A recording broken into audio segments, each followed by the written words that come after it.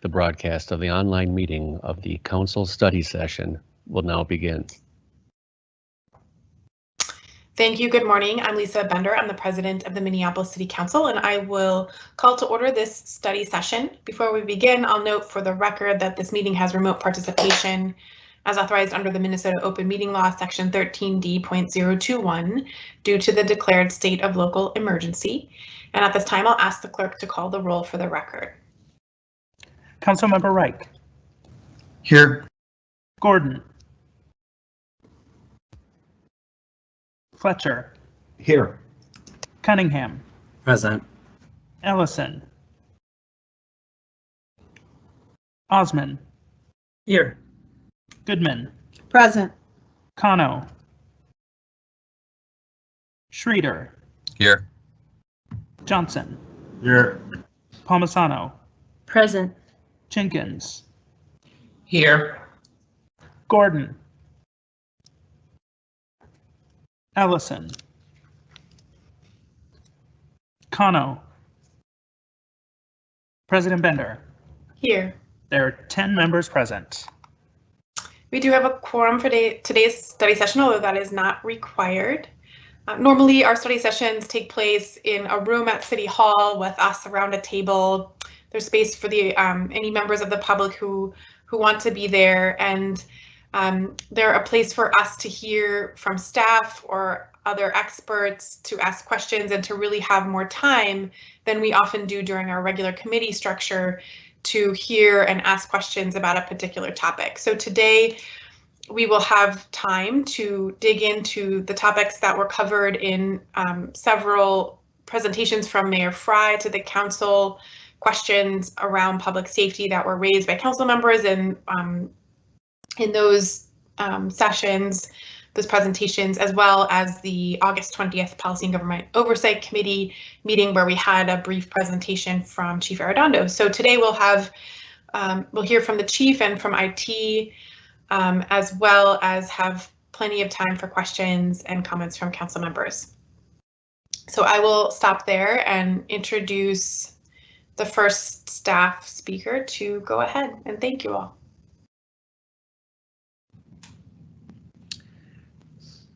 Good morning, Madam Chair. Good morning, Chief. Oh, good morning. I was just testing to make sure you could hear me. Good morning, Madam Chair, committee members. Madam Chair, thank you so much for arranging this study session. This obviously was born out of some very good conversation that you and our council members had regarding public safety. And this is I'll have the tech persons change the slide. But this, Madam Chair, is really, I'm hoping to be ongoing opportunity for me to and my staff to present for the Public Health and Safety Committee, which is the regular monthly meeting that is chaired by Councilmember Cunningham, to give community safety reports and report back on our MPD operations. However, this study session, Madam Chair, as you mentioned, is more of a deeper dive, which will explore reform measures and improvements within the MPD, also any major policy changes, and how we're working in terms of that community safety with our other collaborative enterprise partners. So again, I want to thank you, Madam Chair, and the committee members for allowing me this opportunity. I also want to just note that I suppose this would be a couple of house cleaning items. There was a staff directive by the committee to receive, and it was requested to receive the approved off-duty business site list. That was directed by staff to provide, and I believe the city clerk has made or will make that available for all committee members. So I wanted to make note of that. Also, I do hope that this will be a little bit of a hybrid, because there'll be some questions I'll be following up from the POGO meeting that occurred on August 20th. So I'll be doing a little bit of a recap on crime trends and response, but I also hope, Madam Chair, that you and the committee members are finding the weekly citywide crime data that our analysts are providing you, I believe, every Tuesday morning. I hope that those are beneficial for you as you make better informed decisions to your constituents that my analysts provide. And if there's any sort of things that we can do to help tweak that to your liking, please feel free to let me know. Next slide. So I'll start off just to provide again a recap of each of the precincts, all of your wards, which are encompassed in those, kind of a recap on the trends and some of the responses to the crime that we have been experiencing in the city. We'll start with the next slide. So for the first precinct, Inspector Peterson, his teams are experiencing vulnerable community members being victims of crime. We have seen aggravated assaults and robberies along Nicollet Mall, some of those impacting the public transportation stations around 5th and 8th in Nicollet, as well as 5th to 7th in Hennepin. Some of the factors or individuals involved in that have ranged from youth to older adults, and those also include nighttime robberies, narcotics, and some shots fired. Inspector Peterson has been very diligent in terms of how he's handling that response. Next slide. With a focus on our community response teams, also coordinated crime reduction details with our Hennepin County Sheriff's Office, Metro Transit Police Department, and our other law enforcement partners who have been really great assets for us in trying to curtail and prevent those. There's also been late night entertainment details, and for our tech team, I apologize if we could go to the next slide. As well as utilizing the robust camera systems downtown as a crime prevention and apprehension tool.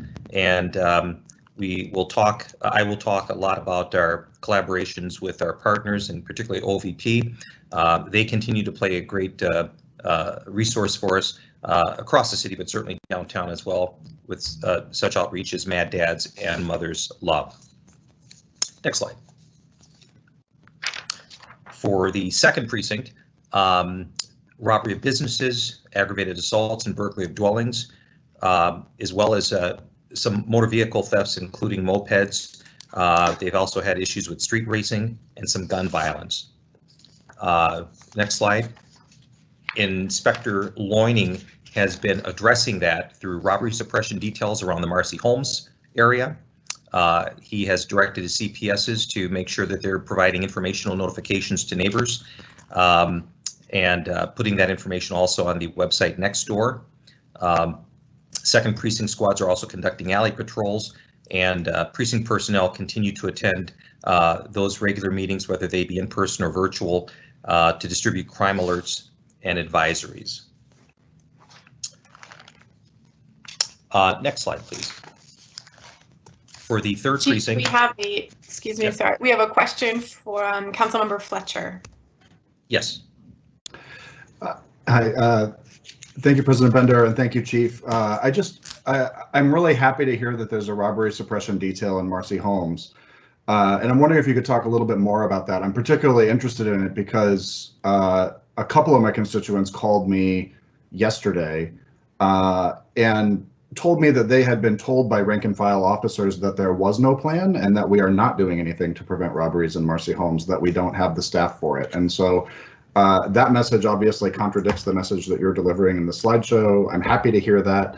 And I'd love to know a little more about what the robbery suppression work is and what are we doing to prevent what's been sort of a pattern in Marcy over the last 6 weeks. Madam Chair, to Councilmember Fletcher, yes, this the robbery suppression detail, as outlined by Inspector Loining, has taken place. As far as the actual details, the times, dates, that is ongoing, I will actually, while we're meeting here, I will get some more details from Inspector Loining on that to provide to you. And so, but he has been aware of that area and that issue in Marcy Holmes, and certainly he has been doing details in that area to try to curtail those robberies. So if Madam Chair would allow, Councilmember Fletcher, as we go throughout the presentation, I can make sure that I get some updates from Inspector Loining as to some more particulars to that, if that's all right. That's terrific, Chief, and I appreciate it. And I have spoken with Inspector Loining about it, and I know that he's aware of it. I'm maybe as much noting the disconnect and just wanting to get accurate information out, because there's some inaccurate information that seems to be coming forward too. The other thing I'll just note is that street racing is listed as one of the challenges that the 2nd Precinct is facing. And I will note that that is not limited to the 2nd Precinct by any means. That has been just citywide. There has been a significant increase in extremely dangerous and reckless driving. And I don't see anything on the response list that would be responsive to that, or that seems to be addressing that concern. So I'm wondering if you can describe what you're doing about reckless driving, what MPD's plan is. Madam Chair, to Councilmember Fletcher, you're absolutely right. The street racing has evolved over the last, actually over this past spring and summer. The individuals who've been involved in that have certainly moved it from different parts of our city. Whereas it has also appeared, as you mentioned, in 2nd Precinct. It has also appeared more recently, as I believe last week, in downtown Minneapolis, and also in Uptown. And so we continue to monitor. Many of the events occur obviously on social media in terms of notifying folks. A lot of it can be spontaneous as well, which makes it very difficult. But our folks are certainly being made aware. Everything from we may have to do traffic closures, street closures temporarily, just to prevent that from occurring. And for those of you who may not be aware, not only does the street racing create pedestrian and vehicle major traffic safety issues, but it also, from our public works folks, creates major destruction to the roadways and the street paving. And so we are working very diligently to make sure that we do all our best to try to have a preventive strategy. Again, some of it is planned out in advance, and if we get word or information on that, we try to curtail that. Some of it is also very spontaneous, and I believe the events that occurred, Councilmember Fletcher, in your ward downtown a weekend ago, kind of spawned off from another event. And so we're continuing to try to address that, even working closely with our city attorney's office if we can identify those folks who have been involved in that, in terms of citations and other measures to hold them accountable.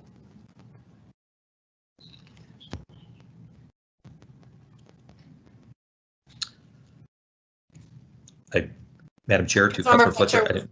Yeah. Okay, if there's not any more questions on. Chief, I think that answered the questions from Councilor Fletcher.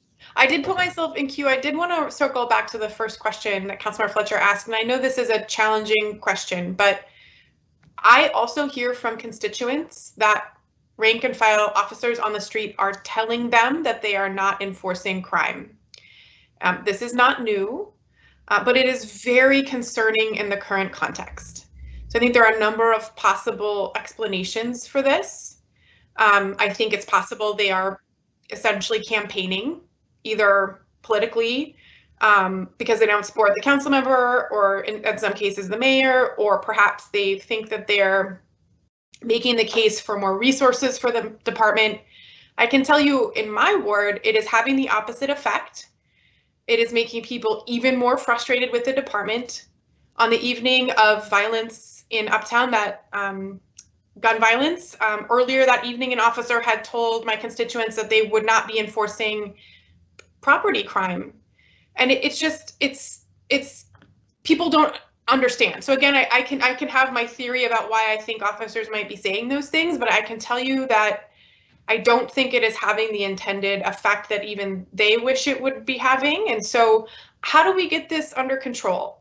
If you're telling us and the inspectors are telling us that we have a plan for safety, that we are taking crime seriously, and we have officers on the street telling people that they're not enforcing crime, what do we do to make sure that we are having a consistent message and that staff who are employed by the city are frankly are respectful for the chain of command and the direction that they're being given by their supervisors? Because if not, if it's either that they're following a chain of command and they're being told by their supervisors to say these things, or they're not following a chain of command, or we need to intervene in some way that isn't happening. And I know that this is probably a complex issue, but we need to solve it because the trust in our department and in our city is deeply eroded, and this is not helping. Madam Chair, to community members, thank you for sharing those comments with me. Those are troubling to hear, and I meet with my command staff team every Monday, and sometimes more than that, but certainly every Monday. That is something that will be a priority that I will relay back to all, and that's all commanders, all inspectors, our directors as well.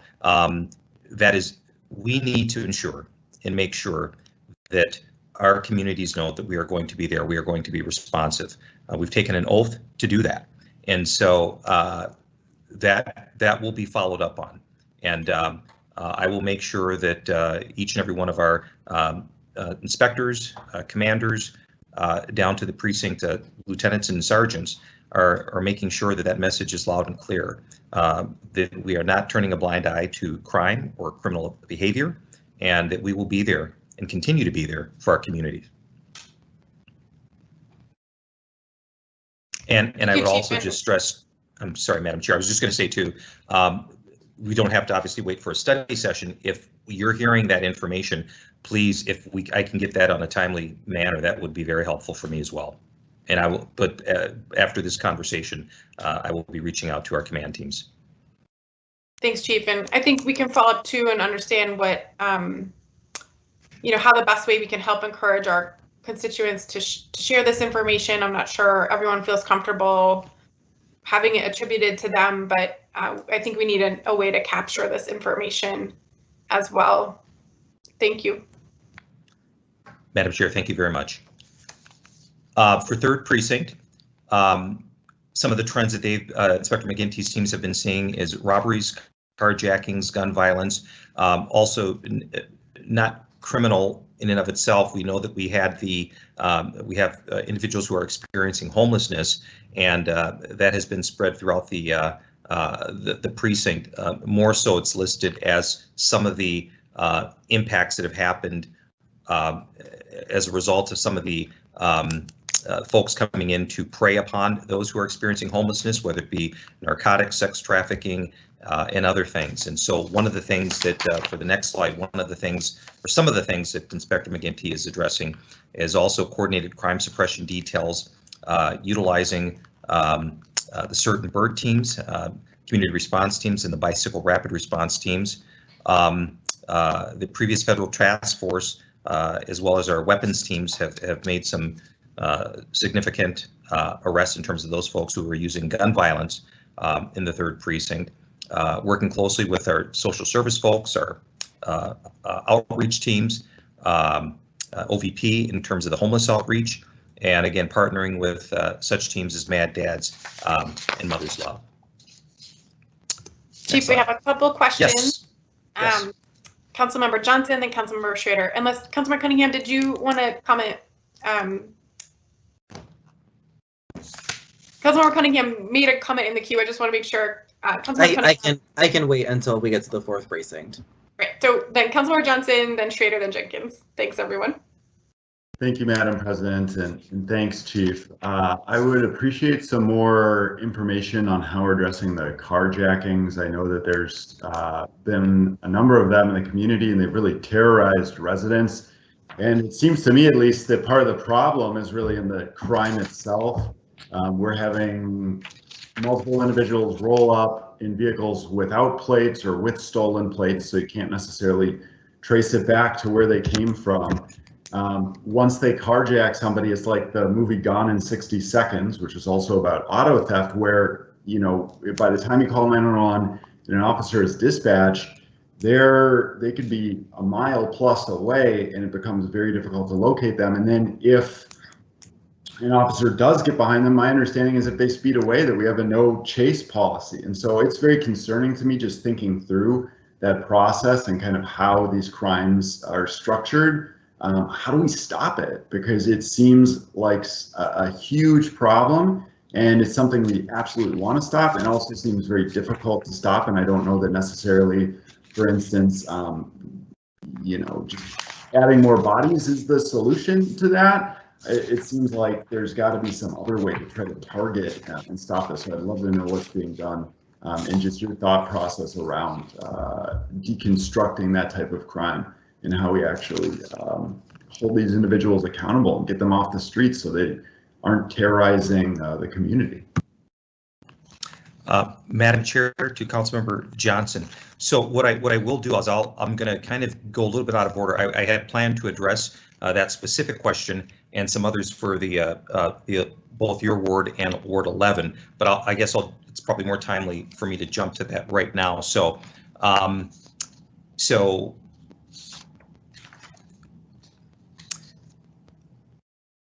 This will cover, I believe, both Councilmember Johnson, maybe your question right now, as well as one that will, I think, address Councilmember Schrader's question. This is coming from, again, the POGO meeting, questions that we weren't able to resolve or get to back on August 20th, but hopefully this will be helpful.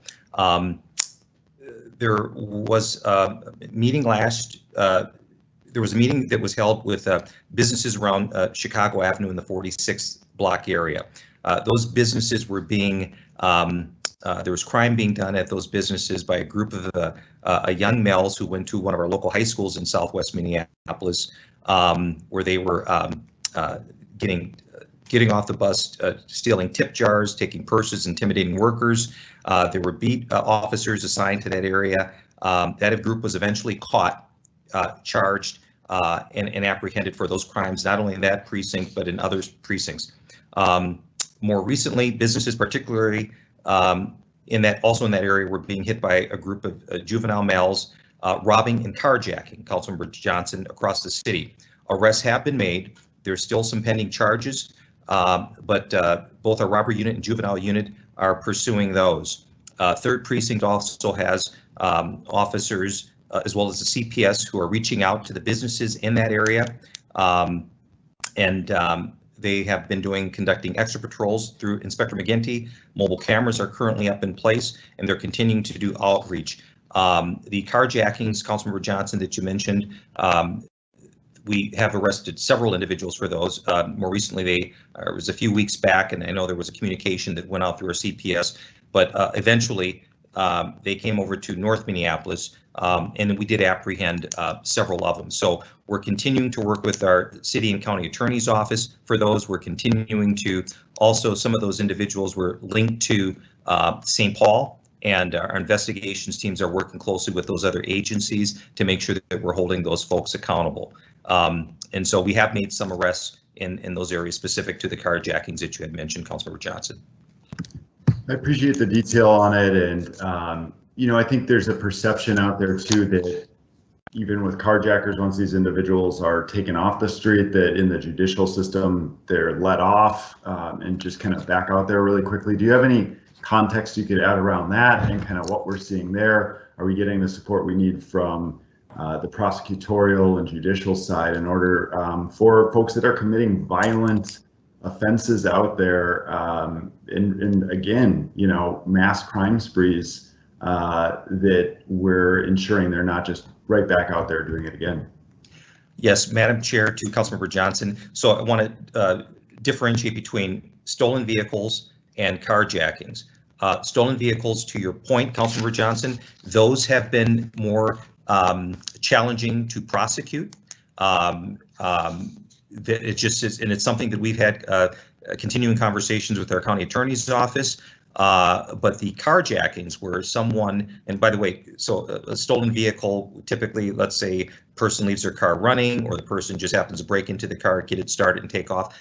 Those have been more difficult in terms, or challenging, I should say, in terms of prosecution. But the carjackings where individuals walk up, we've had reports recently where use mace on a person or assaulted them at gunpoint, those types of things. We have been successful in charging those. And so we'll continue to work with our county attorneys on the stolen vehicles, but the carjackings, we have been charging those. And we'll continue to pursue those. Excellent. Thank you, Chief. I appreciate the additional details on this. I also want to say, this is specifically for Ward 11, and I've reached out to Director Cotton in terms of what sorts of OVP outreaches have been performing in Ward 11, and all of the citywide work of Next Step, Minneapolis Us, Outreach, and GVI does also include Ward 11. As of right now, there's no targeted focus with Ward 11. However, Minneapolis Us is really new right now to the Tangletown and Northrop areas, and they'll be doing some focused attention with outreach teams there. But Director Cotton will also get more information as to some of the specifics where she can kind of work with MPD to addressing some of the issues in Ward 11. Thank you, Chief. And that's a great segue to Councilmember Schrader, who's next. I do want to just clarify, it sounded like these were juvenile aged offenders, high school students? Madam Chair, that is correct. Okay, I'll just flag that for some follow-up. I know that there were a lot of discussions last summer with Councilmember Fletcher and Goodman and myself, where we had a similar dynamic of young teenagers.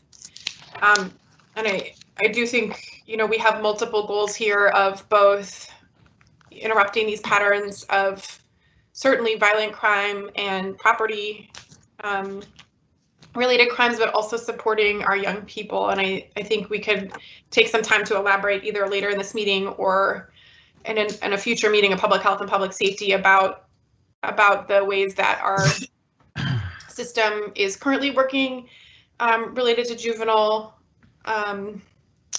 in our system versus, you know, some work that I know that is underway through the Criminal Justice Coordinating Committee and partnerships with the City Attorney's Office and MPD and the county to really match the right response to reach those two goals of interrupting the cycles, but also supporting our young people.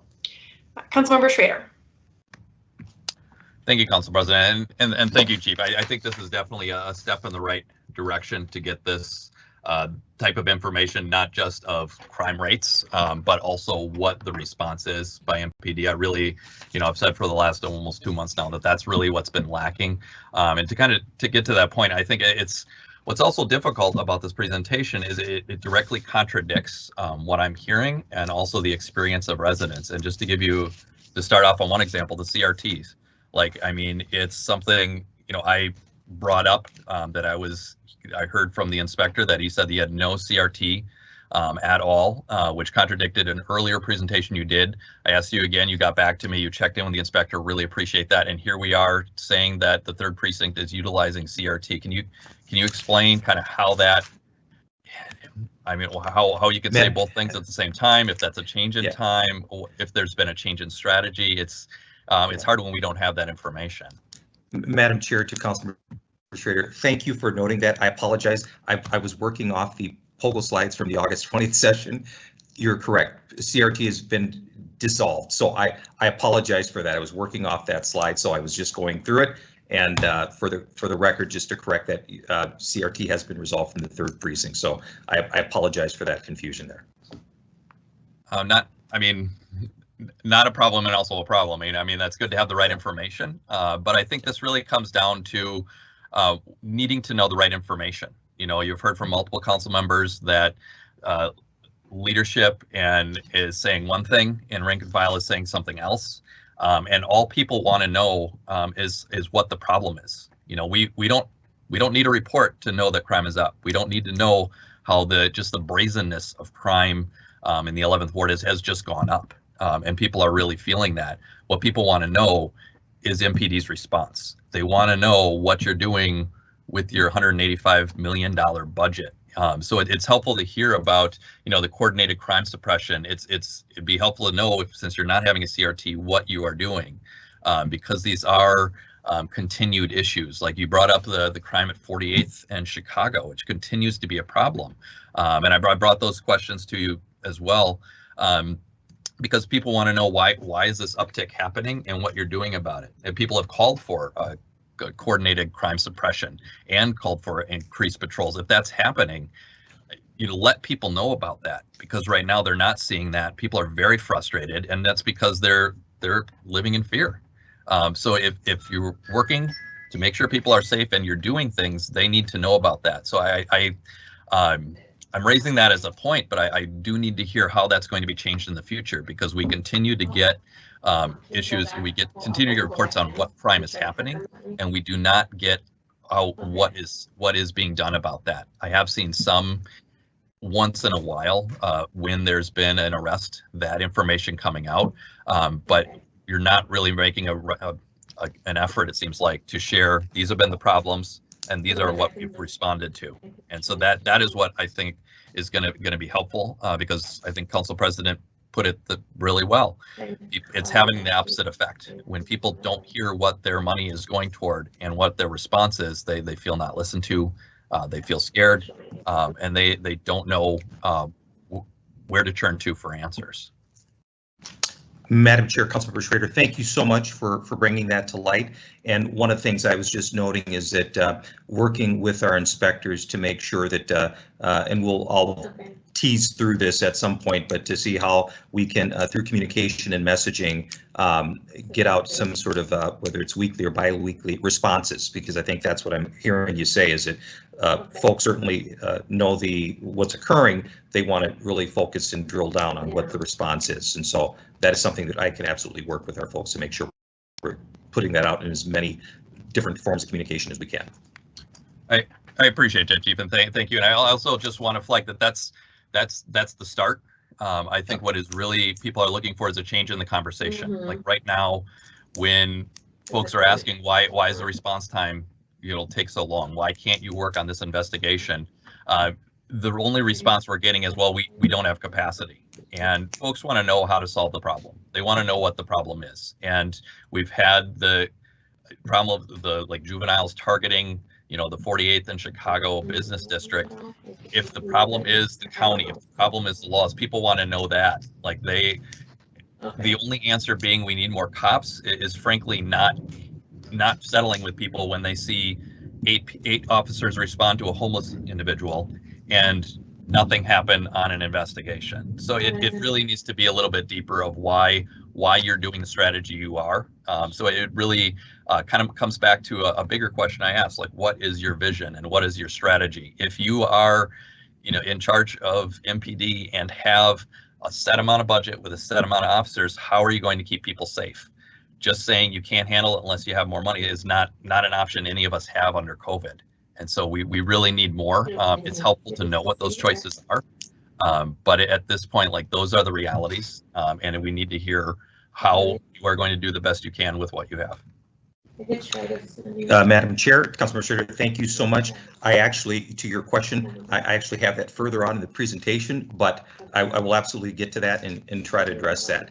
And for the record, if I've ever said to this body that the only way that I as chief can help solve the problems in this city is by more bodies, I don't believe I've ever said that, but I want to let the folks know that I don't believe that. I believe that community safety involves everyone, and it involves several different layers of approaches, and it evolves. And so if I did say that, please forgive me. That it was not what I ever would have intended to say. And so I don't believe that you can ever wrest your way out of situations and problems. And so I've been doing this work long enough to know that, and I think it's going to create everyone leaning in, everyone being courageous enough to sometimes walk away from their long-held beliefs and look at how we can be very innovative in problem solving in this effort. So I truly appreciate your question there.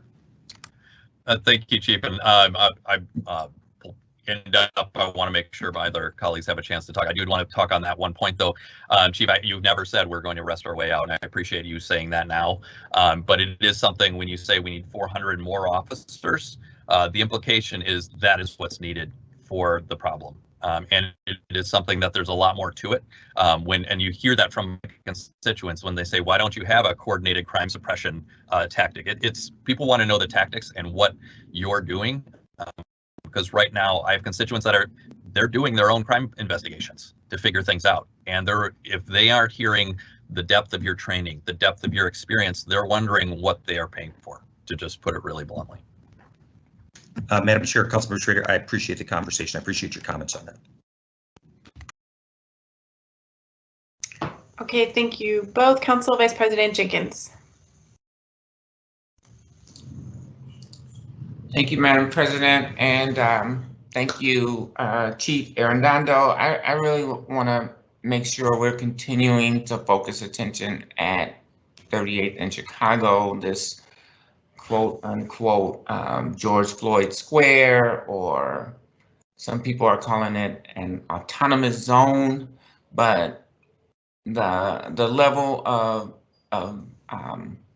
gun violence, drug dealing, intimidation, extortion. People are having to pay to get out of their alleys. Are we doing anything to be engaged and resolve these problems? The community thinks and is hearing as much as what we've heard from all the council members ahead of me. This is a no-go zone. We're not coming there. Meet us 3 blocks away, et cetera, et cetera. Can you speak to that specific area?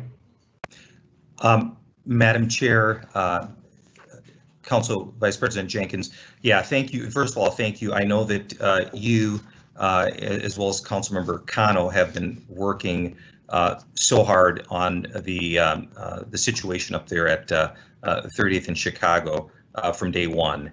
And I know that obviously you have been on the ground talking with some of the key folks up there and some of the stakeholders, and everything from the community safety aspects to the public health aspects.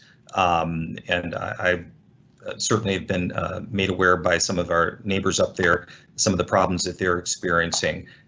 All of this while you're working hard to come to a resolution on how do you get a phased reopening as well for the streets up there. I know Inspector McGinty has been meeting with the neighbors up there. His teams continue to respond in there. I think it's lessened in terms of them getting in there and helping. But when I say lessened, that doesn't mean that the crime has lessened, but that they are responding. But the gunshots that are going off in there, I do believe that with the current traffic environment situation up there are some individuals up there that quite frankly have become more emboldened. And the longer that situation kind of stays as it is right now, that is something that's going to be problematic. But we must continue to respond, to go in there, to work, to help those neighbors up there so that they don't feel like they're abandoned or they don't feel like they're held hostage up there. We got to continue to make arrests up there. And so we're gonna keep trying our best to provide some sense of community safety, normalcy, if that's a word I can use. But yeah, there's a lot of complexities. I'm preaching to the choir, as you know, up there. But the number one thing that we have to do is when that person picks up the phone to call 911, we have to get in there. We have to respond promptly and help them. And so we'll continue to work with it. And again, I know that you've been invested so much of your time and energy to try to help that situation. I will promise that we'll do our best in terms of the community safety piece, the public safety piece, to address and respond over there appropriately. Yeah, no, it is very true. There are a lot of complexities in this situation, national and international concerns, et cetera. But I'm just pleading that we continue to provide service, that we continue to be engaged and monitoring and hopefully investigating these issues, these crimes. I thought the task force was really focused on guns, but I see 18-year-olds walking around with sidearms on their, carrying automatic machine guns, and I know there's no permits for these things. It's just really deeply disturbing, frightening. And not only are they walking around carrying them, they are using them. On Sunday, a biker was run over in a vehicle, by 3 teenagers. People are being attacked while riding their bikes. And the crime is actually spreading out from, I think maybe Agape is having some impact, but now that is spreading out throughout, the South Side, 42nd Street, 46th Street, 48th Street, as you noted earlier. I have to believe that some of that is coming from 38th in Chicago. So Yes. the situation, and I understand that this is all throughout the city, but as many of my colleagues have noted earlier, we need to really fully understand what is being done to address these issues. So thank you, Chief. Madam Chair, Council Vice President, no, thank you for that, and we'll continue, and I'll continue to help support Inspector McGinty and his teams to make sure that we are doing all we can under those complex situations over there in your ward to make sure that we're there for the community that calls us and needs help.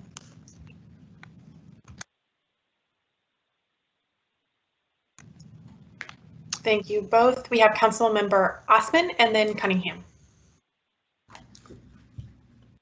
Thank you, Madam Chair. Thank you, Chief. Being a new council member and just joining the council member, I have been getting so many calls and so many emails, and also folks coming to my office and really addressing the crimes that are taking place in Ward 6. Not sure if you are keeping the data of how many robberies and carjacking by ward, but residents over here in Ward 6 are very afraid of their lives. There are stories of daylight carjacking and robberies, and just some youth or some young man just wilding around and really carjacking on coffee shops and people going to grocery stores and so on. And residents are asking, where are the police? Because that is the only public safety option they have at the moment. MPD, they rely on the MPD, and they're saying they are nowhere to be seen. The response time is very slow, and once they come, there's absolutely no solution. They're telling people to, well, call us when you find the car, or, and I was reached out by business owners too that have closed their business, not because of COVID, it's because they are afraid to open the door. And around Chicago and Franklin area, they actually wanted me to set a time to talk to the chief and see what plan do they have on Ward 6. So many questions that has not been answered in Ward 6 crime. So is there a plan that you have where the highest crimes are taking place, where the highest crime of carjacking and robberies are taking place? Would you put more resource in there? And I'm not sure if you have the data numbers, but the carjacking, it's everyday thing in here in Ward 6. Thank you. Madam Chair, Councilmember Osman, and welcome to our to the City Council. And I look forward to working with you and your team moving forward. So we do approach all of these. We do have a centralized robbery team, but they do work closely with the different precincts to try to identify, as I mentioned earlier, some of the suspects. As I mentioned earlier, some of these, particularly carjackings, they travel across city. There was one that recently occurred, I believe, Councilmember Osmond, in your ward, that started at the Seward Co-op. Eventually, those juveniles crashed the car over by 7 Corners. numbers and were apprehended, and so we're continuing to focus on that. It is a citywide problem, but we're continuing to work with our intelligence folks. We're continuing to work with our VOTEF folks from the Hennepin County Sheriff's Office, and work with our combined partners to make sure that we can do something to really try to prevent this here. As President Madam Chair Bender mentioned, we want to hold folks accountable, particularly these juveniles, but at the same time, everything that we can do to not really flood the system with juveniles. If there's preventative things that we can do to prevent that, we want to also do those two-tier tracks as well. But I'd be more than happy to make sure that the precinct inspector, and we can get some more responses to you as what we're specifically doing in Ward 6. Thanks, Chief. And Councilmember Cunningham is in queue. After this question, I think we'll pause and let the Chief continue with the presentation, and then maybe hold the rest of the questions until the end, just so we make sure we get through this portion and onto the more data-focused IT slides as well. And these questions are really important. I will note, I do think a theme that may not be so obvious, but I can see a pattern here, which is that I think what we're hearing from MPD staff in our wards and the precincts is a little different than what we're hearing in this presentation. So I think the questions that council members are asking may seem redundant, but they're responding to what they're hearing, I think on the ground, and what their constituents are hearing from MPD. So I'll just kind of reiterate that I think we really need to do a lot of work to better align what folks are hearing on the ground from MPD representatives and what we are hearing here in these kinds of meetings from you, Chief. So Councilmember Cunningham. Thank you, Madam President. So there are two things that I just want to mention, that I would like to speak to. So the first is around the carjackings. We do know that it's overwhelmingly young people who are doing this.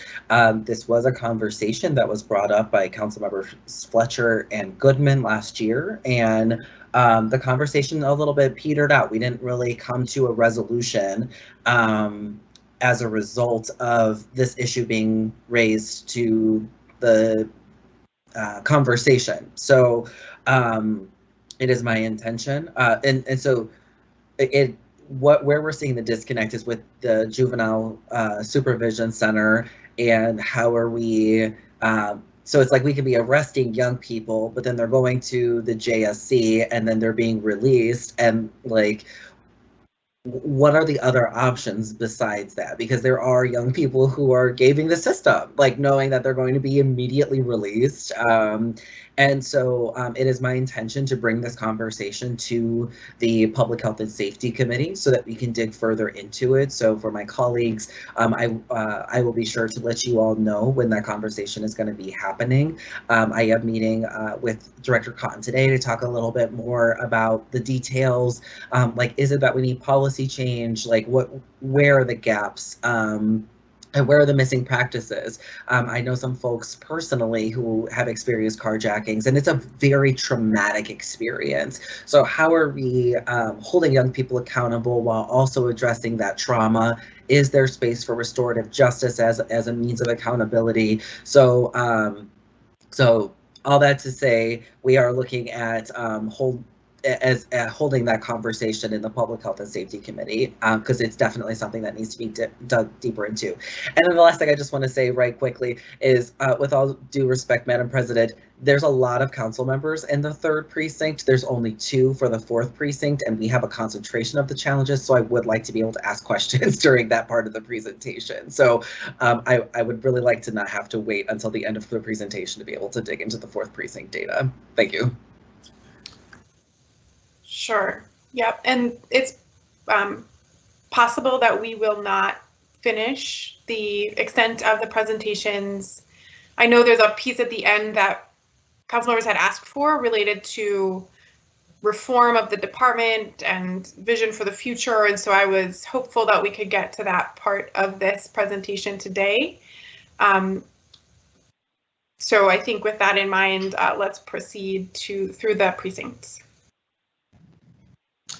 Madam Chair, council committee members, so the 4th precinct, what Inspector Polfus's teams have been experiencing, the community's been experiencing, is group violence, prevalence of gun violence, narcotics and drug sales, prostitution or sex trafficking, and an increase in reckless and erratic vehicle patterns.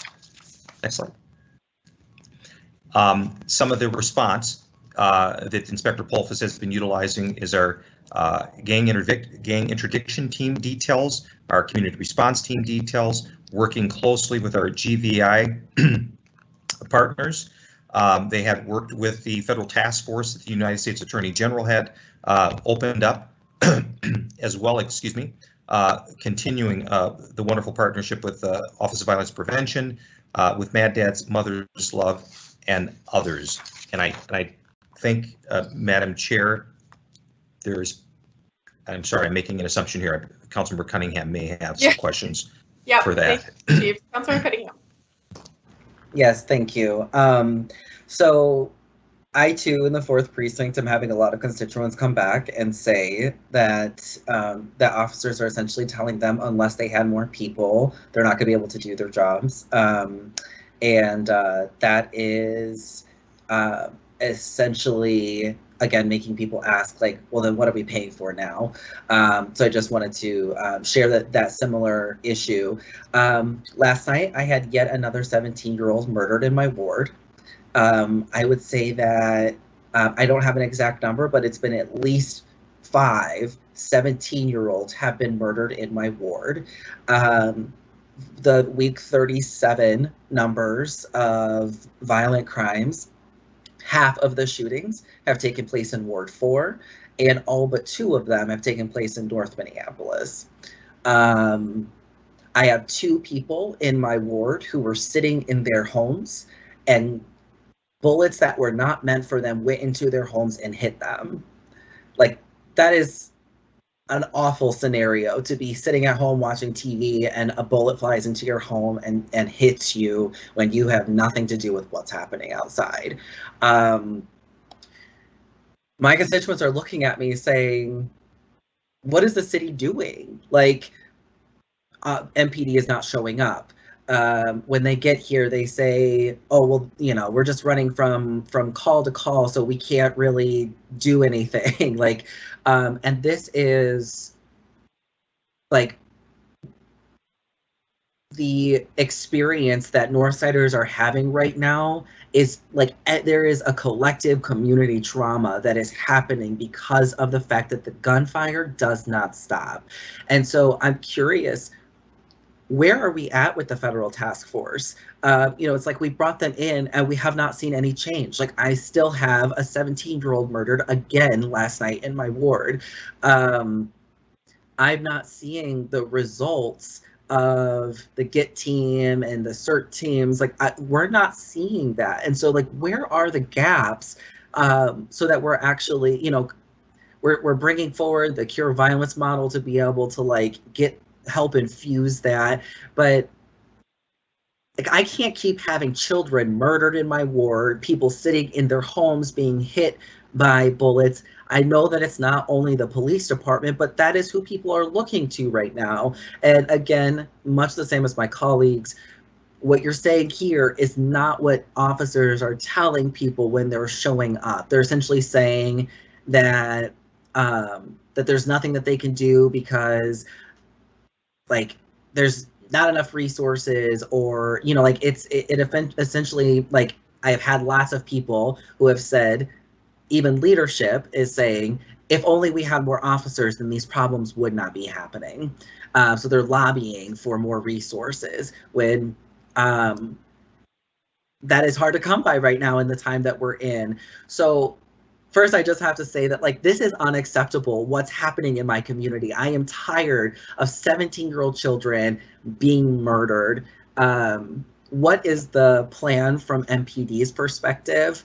And I will also say that there's also nothing here around the erratic driving. I had a 15-year-old last night who was on a skateboard and was injured. Last I heard, they didn't think she was going to make it. I have not gotten an update about it. I had like 3 severe accidents in my ward, so there's nothing here about that either. So as you can see, like, I am at my wit's end with how bad it's been, without feeling like we're getting any real support.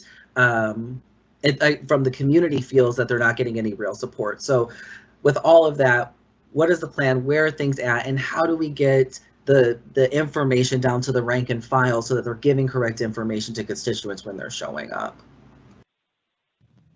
Madam Chair, Councilmember Cunningham, thank you for your comments here related to that.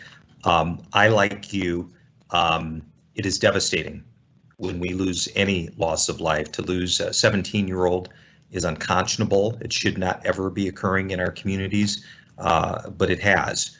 And I know that the community members of the North Side in the 4th Precinct have experienced a overwhelmingly disproportionate number of gun violence related events. So one, let me parse out again the communication piece that has been very consistent with our committee members, our council members, regarding what is the communication that rank and file officers are conveying back to your constituents. That is something that I, again, will, after our discussion here, go back and have those conversations with our leadership teams to make sure that the proper right message is being delivered.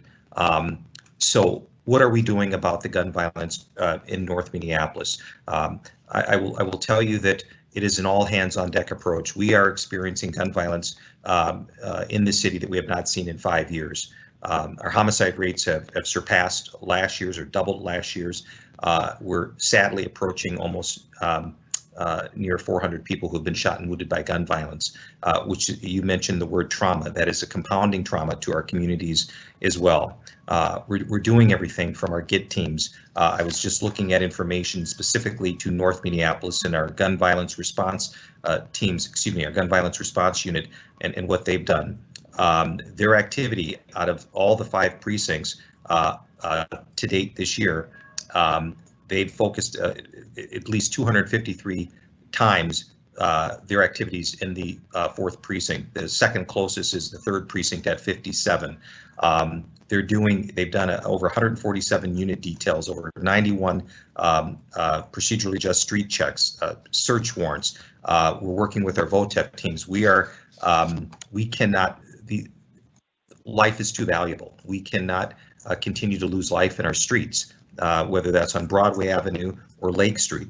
And so while the United States Attorney's Task Force has been deactivated, the work has not stopped.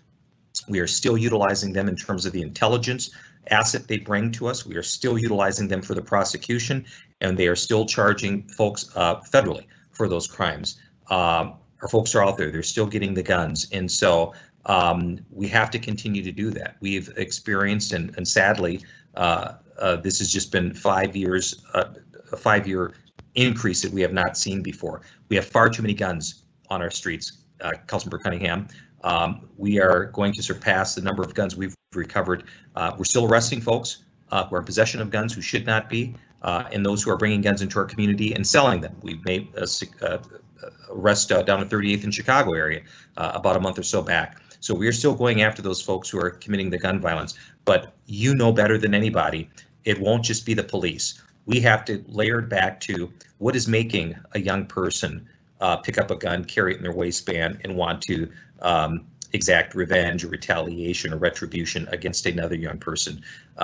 You know, we are not going to always be the most appropriate response to that. That's why I value the work that Director Cotton and her teams have been doing as much as we can try to do to prevent that, but we will continue to utilize. Do we have all of the resources right now that I would like to see? Absolutely not. However, we just have to change the way that we're doing things. We have to leverage our partners. We're working with our Hennepin County Sheriff's Office, Violent Offender Task Force team. We're working with Metro Transit, Chief Rizal's teams.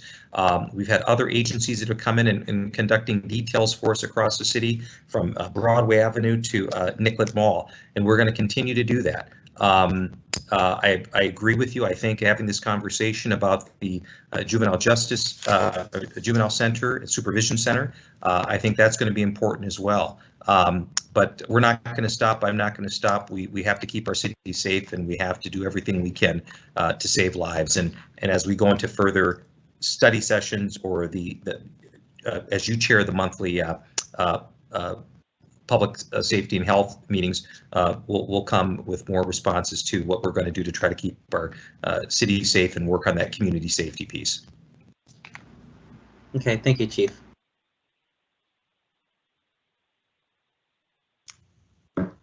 Okay, Chief, thank you. That's all the questions we have from council members for now, so we can proceed.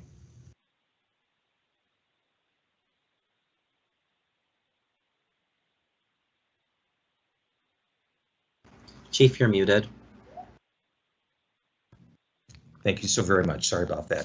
The 5th Precinct has been experiencing robberies, burglaries, criminal activity involving youth, and nighttime gun violence, assaults, and as Councilmember Fletcher had mentioned, it's a citywide issue, but drag racing. Some of the response that Inspector Huffman has been employing are detailed patrols, working with the Uptown Association and nightlife business owners, combined details with other precincts and specialty units, again, leveraging the resource and partnership with the Office of Violence Prevention, including Mad Dads and Mothers Love.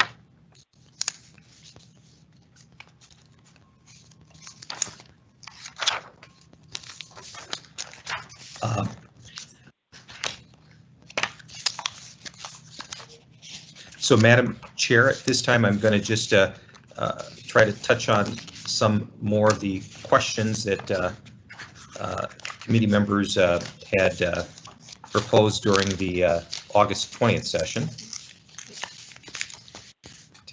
1 second here.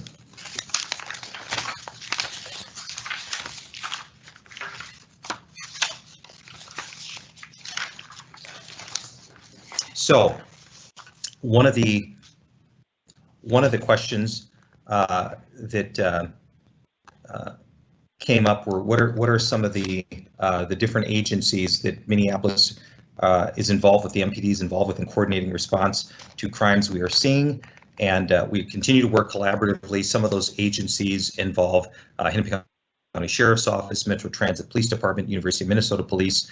We're working with our ATF, FBI, and other federal task force partners. Another question that came up from committee members, is it true that the Violent Criminal Apprehension Team had been dissolved? That is correct, that is true.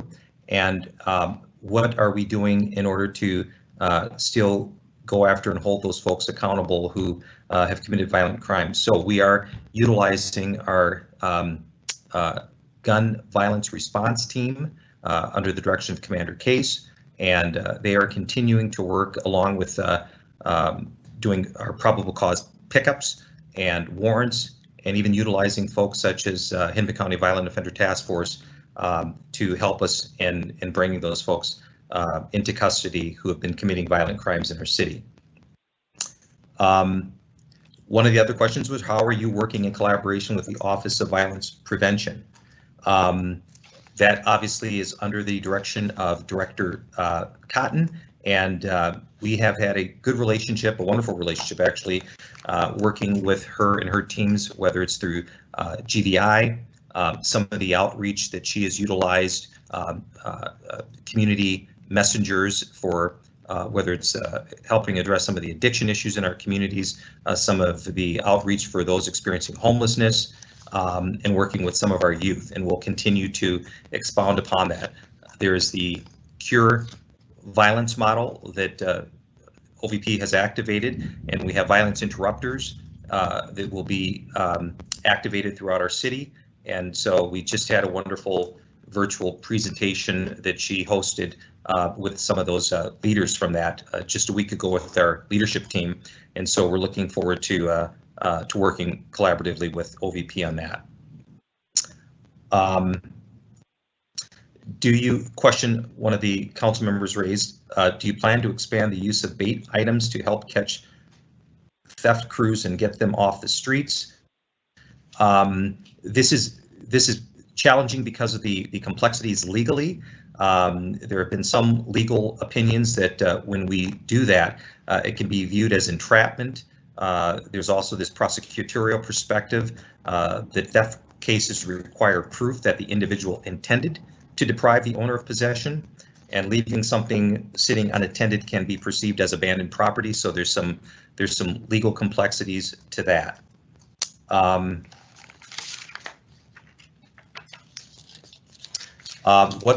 Another question posed by committee members? What's the latest on actual and projected attrition due to retirements, long-term disability leaves, and other departures from the MPD?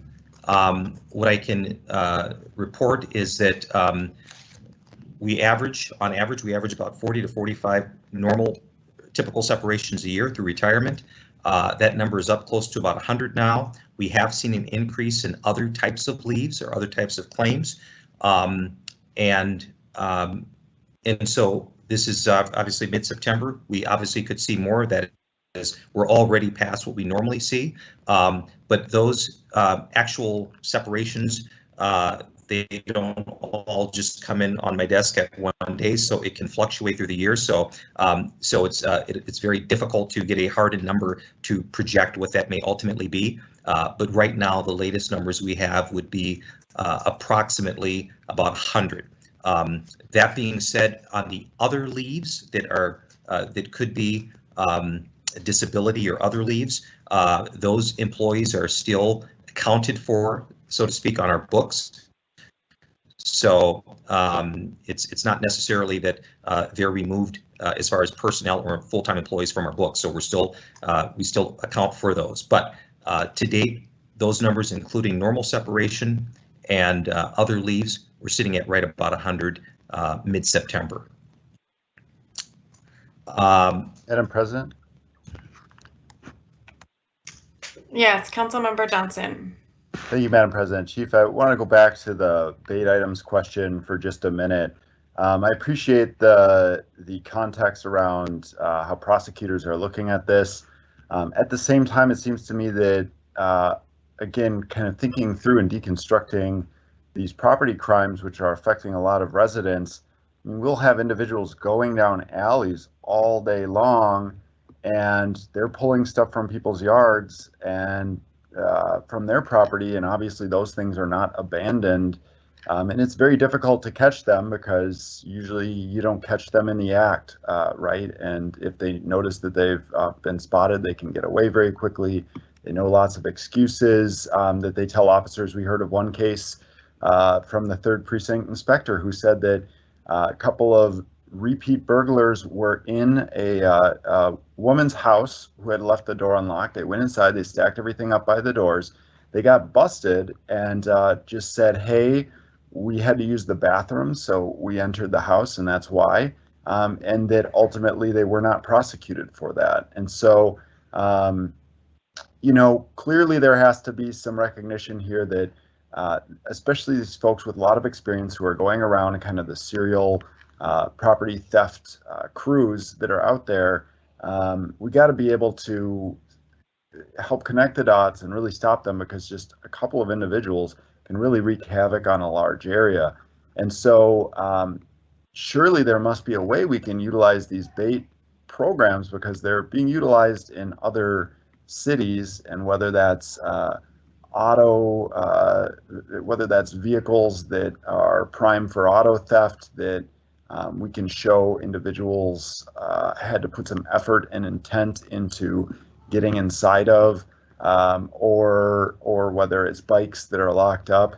But I mean, even with this idea around prosecutors kind of bulking at this, to me it seems inconceivable that you wouldn't prosecute somebody who jumped in a car that's not theirs just because it was unlocked and started it up even though there might not be keys in there, and then drove it away and got busted for that. Like, that's not something a normal person does.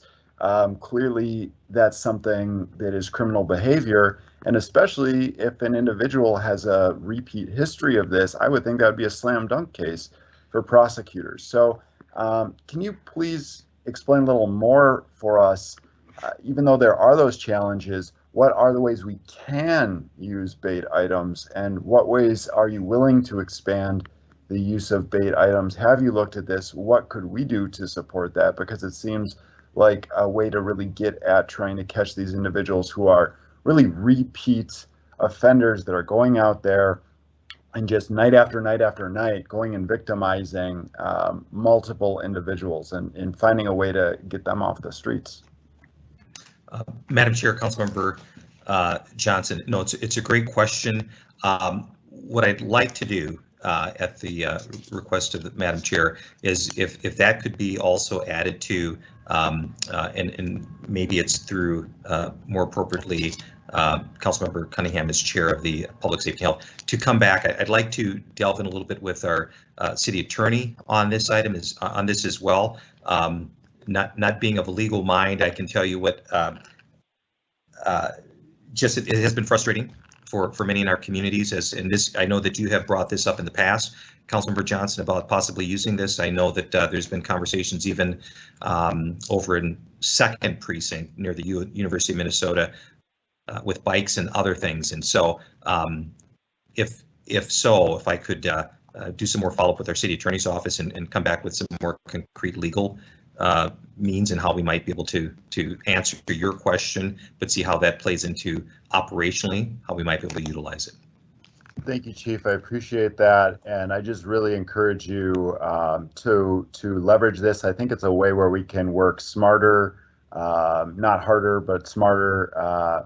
It'd be ideal to work harder too, but I think it's something that can be very effective if it's well thought out and properly employed. And I don't know where my colleagues are on this, but I would certainly be interested in bringing forward a budget amendment if we need to help fund something like this. And I think, by the way, we can distinguish between those that are, seeing something that's easy to grab and they're like a first-time offender and somebody that's really a candidate for a restorative justice program versus folks that are out there night after night after night with very lengthy criminal histories that are really the career criminals that are out there causing such mass victimization of residents. And so I think there's a way to properly balance that and to utilize this kind of an approach that could be effective at helping reduce these crime sprees that we're seeing.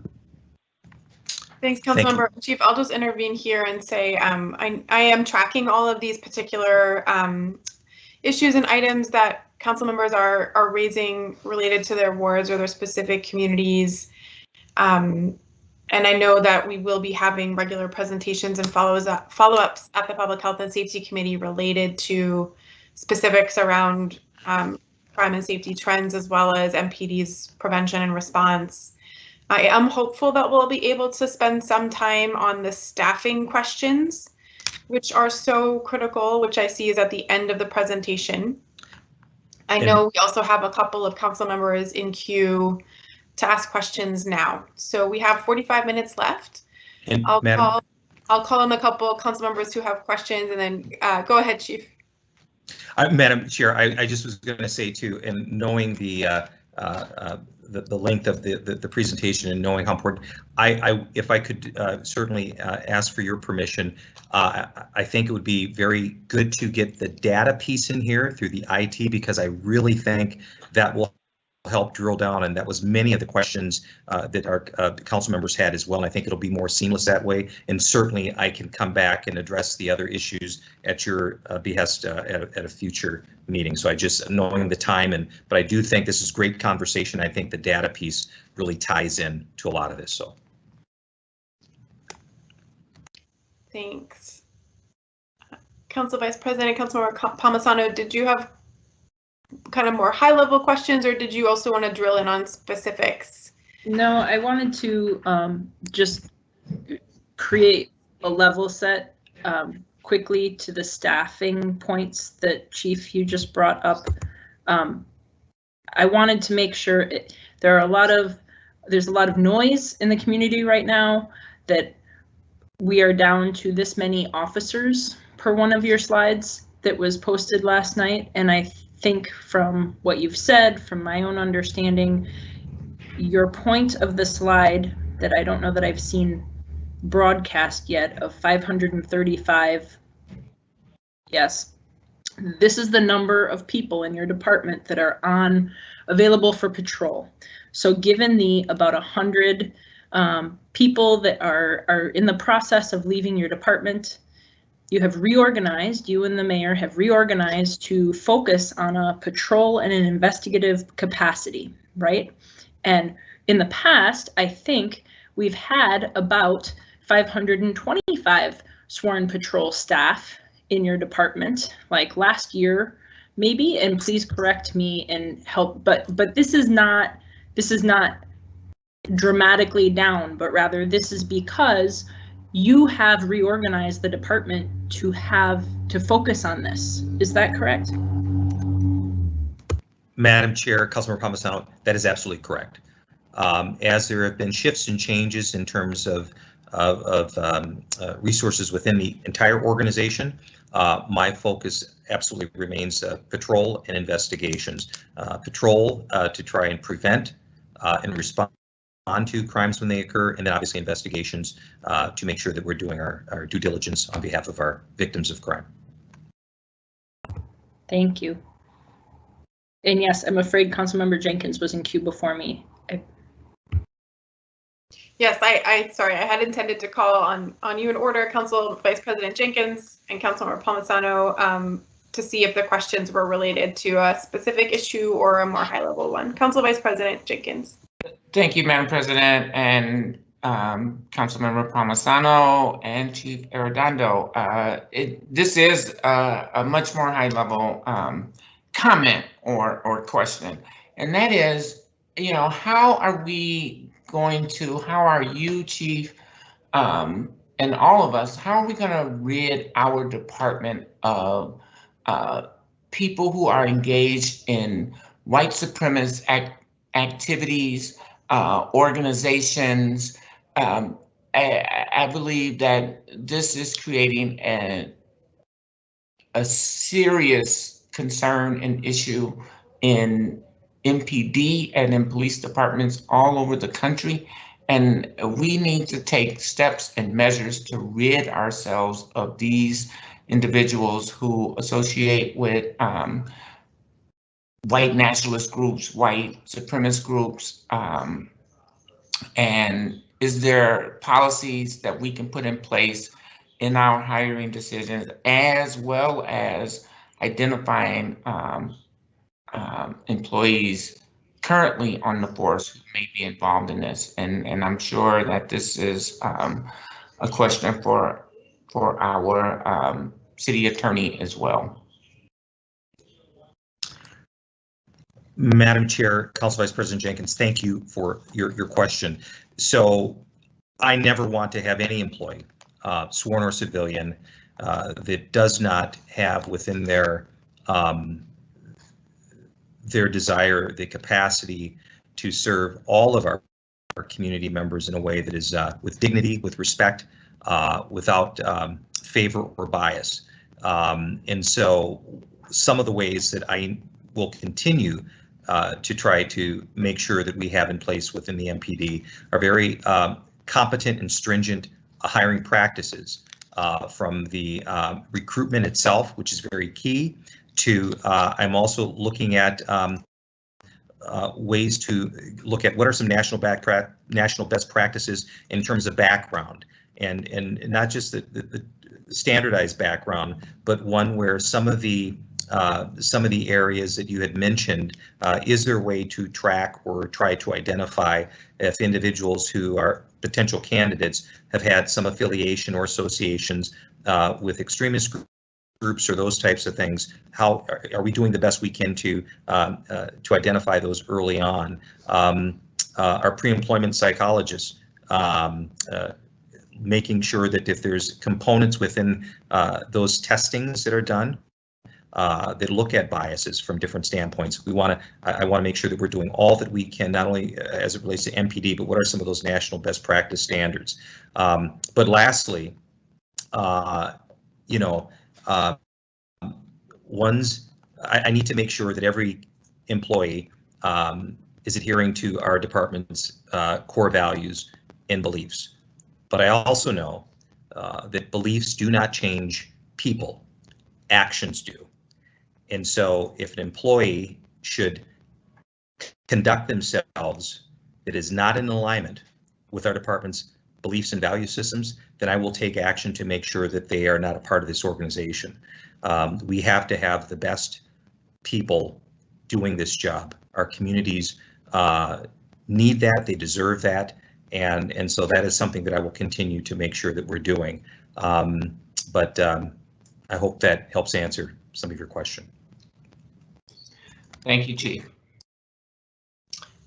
Yes, Council Vice President, and thank you for asking that question. I think it did would kind of help bring us back to that second part of this presentation, which was about all the questions that council members have been asking about the future of the department. So maybe we can make sure we do cover some of that here. I know we solicited and asked a lot of questions that council members were able to submit ahead of time, ahead of that POGO presentation that didn't get answered there. So I think it's one of the key themes that was really important here. So I think there's a big chunk of slides in the middle here of this presentation that are about this issue that Council Vice President just raised specifically, but also kind of more generally about how, Chief, you're working with your team and staff to think about the future of this department and how it fits into our overall efforts to keep everyone in our community safe.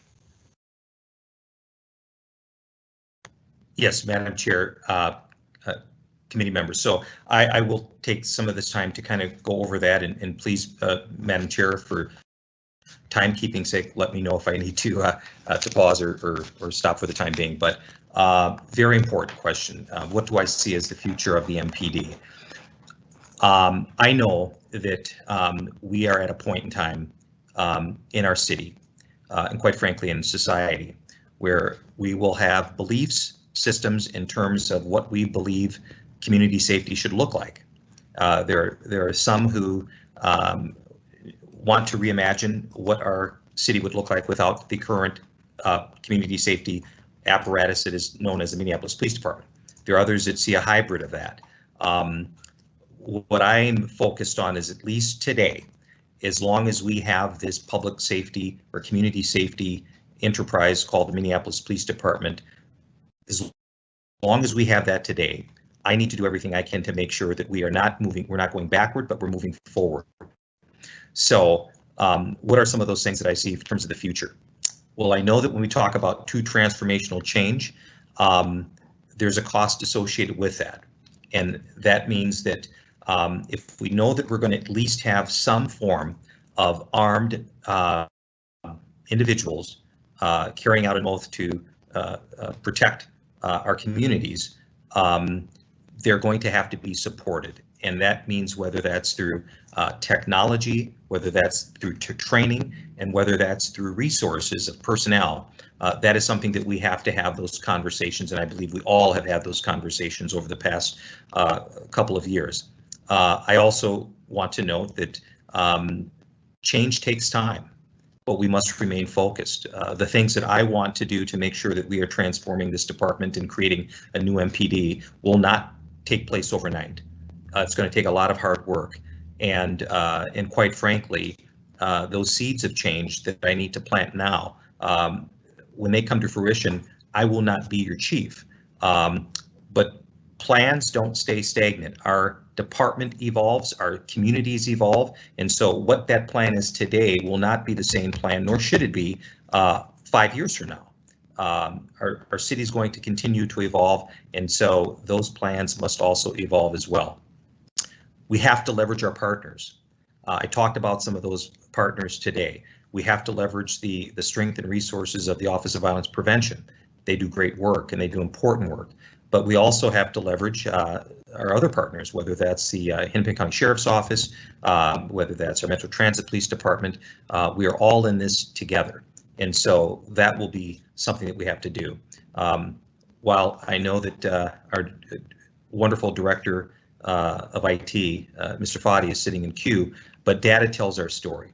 And this has evolved as well. And we can certainly continue to do a better job. And I think we are on that track with the great leadership and assistance of our city clerk, Casey Carl, but data tells our story.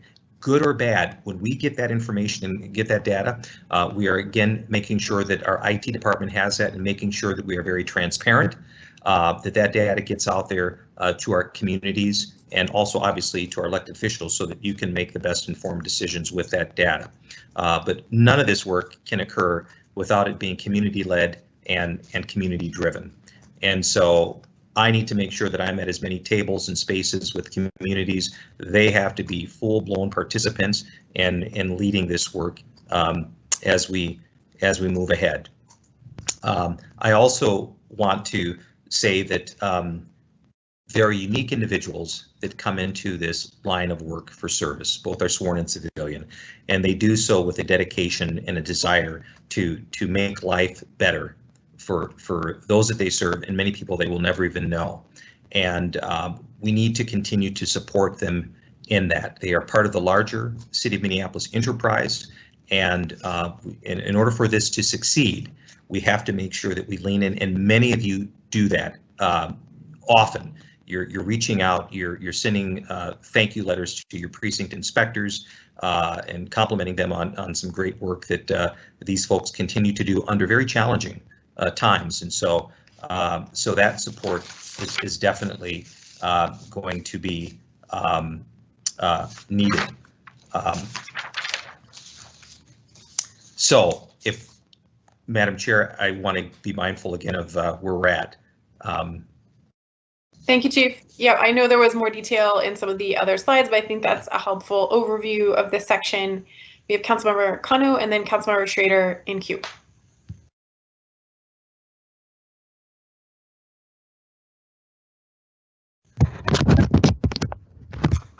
Thank you, Madam Chair. Chief, I'm curious. This question is probably not something that's on your slide right now, and I apologize for that, but it's something that happened in our ward over the weekend where we had 50 gunshots near 38th and Chicago, and that seems to kind of be the new norm for that area. We also had a young person killed there, I think after the bullet had gone through 2 other people or touched 2 other people. You know, there's a lot of theories about why the gun violence is happening, and some of it involves, you know, organized crime that might be in conflict with each other or with other groups that are being that are wanting to be present in the area. Other theories are around specific business owners creating those conditions to push the city to reopen that intersection because they need that traffic flow to be able to cover up other criminal acts that they're involved in. And so there's a lot of theories about why the increase in gun violence and why it's become so visible and constant in areas like 38th and Chicago, 37th and Elliott. Certainly, we all remember the woman who was pregnant, who was shot and killed, and later her baby died. The hospital was able to essentially extract the baby out of her body, but later the baby ended up passing away too. So I acknowledge that the moment we're in right now, the conditions for MPD are not very ripe for success for a lot of different reasons, internal, external. So my question to you is more about what can we as a council do to help you become more successful in this work? And what can communities do to help reduce that gun violence? Because I tell my residents to call 911 and to tell them to call MPD, because that is the function that we have to respond to gun violence. I'm not going to call a community patrol to respond to that. You know, they're not supposed to be armed, and I'm not trying to encourage them to be armed. So I think I want to sort of take a step back from the minutia of the department and just talk about broad strategies of how I, as a council member, can do something to better support MPD or others to reduce that gun violence. And what can I tell my residents that they can do to help reduce that gun violence? So yeah, I would love your advice on that, or your feedback on that, if possible. Madam Chair, Councilmember McConnell, thank you so much for the question. I know that our entire city is going through a lot right now, and obviously the gun violence and how it's impacting our communities is adding to that. One of the things that I think that would be very helpful is to arrange a conversation with myself, the precinct inspectors, and the commanders, even from an investigative standpoint, to hear where our strengths currently lie right now in terms of the reduction and prevention strategies, but where we also may need some other assistance. And I think having a real candid conversation about that would be very helpful. I know that you, and I've certainly been in conversation with you as it relates to 38th in Chicago, and certainly obviously Council Vice President Jenkins, and a mixture of the different emotions and feelings that some of your constituents are feeling over in that area. There are those that are feeling apprehensive about calling MPD, and there are those, as I mentioned earlier in the conversation, are feeling held hostage by the environment and the situation that's occurring there. And I think we need to have candid conversations, and I think we can do both. I think we can work on ways in which the MPD can get better, because there's one thing I also know too: high crime and lack of legitimacy cannot exist in the MPD. If we have high crime and we have communities that don't view us as legitimate, that's a recipe for failure. We need to be viewed, and we need to work to gain that mutual trust and respect with our communities, where they see us as legitimate, where they trust us and they support us in our efforts. And we have to do that the same and treat our communities with respect and dignity and have that trust of them. That is the path we need to focus on right now, in my estimation. And by the way, that requires compromise from all sides. And that requires me as chief to look at how I can do things differently that are not in the traditional norms. Working to also, what does reimagining public safety or community safety look like? And I want to continue to do that. I think we've made some efforts in that. That may also, quite frankly, Councilmember Connell, that may also, and I applaud your courage for asking the question too, that may mean you making commitments that might be uncomfortable for some of those constituents that you represent. But if our ultimate goal is to have true community safety, I will tell you right now, we have to work together in that effort. We have to be bold, we have to be courageous, we have to be vulnerable, but we have to work together in that effort. And I think that that'll be a good starting point to have those conversations. Yeah.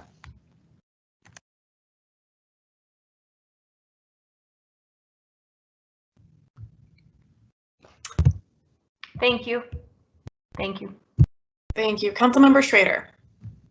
Thank you, Council President, and thank you, Chief. I really, you'll see in the comments that you know, other folks really appreciate your comments that you just made. I included. I think on that actually gets very much to my question. I think I really appreciate you bringing up the legitimacy, and it was also your comment about having data tell a story.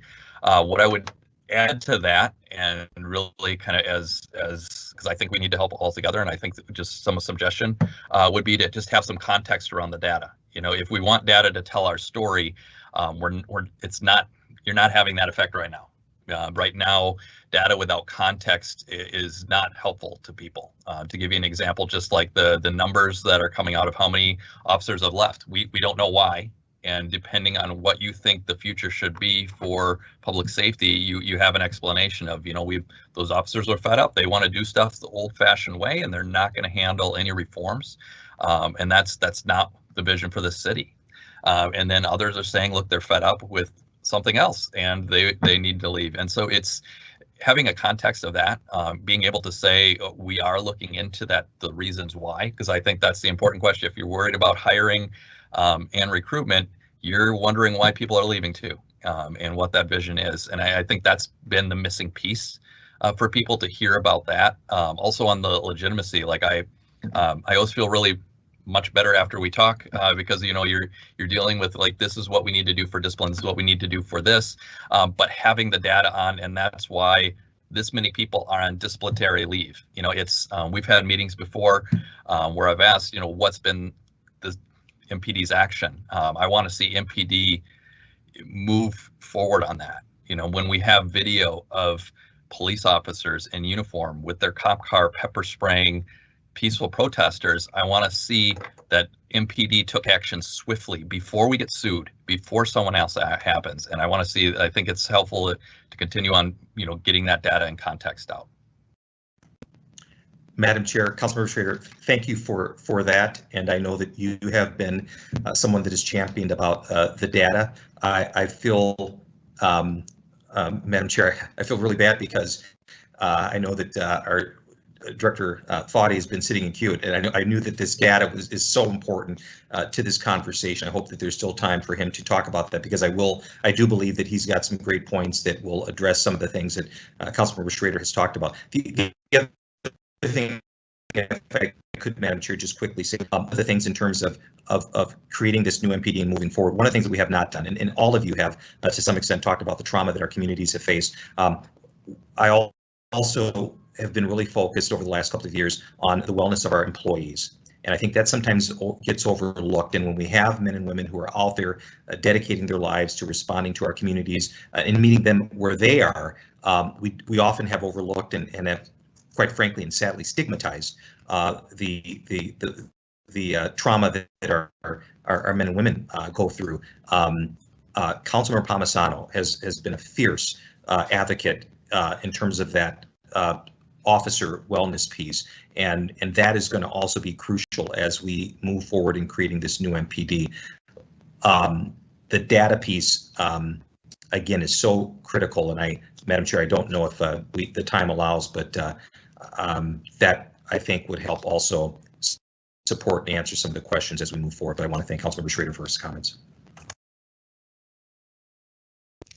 Thank you. And I think the reality is, with the time we have and what we have to cover, that it will make sense to postpone the data portion of this to either the POGO meeting that's coming up later this week, or a future study session, which I know we're planning to have on this topic. Although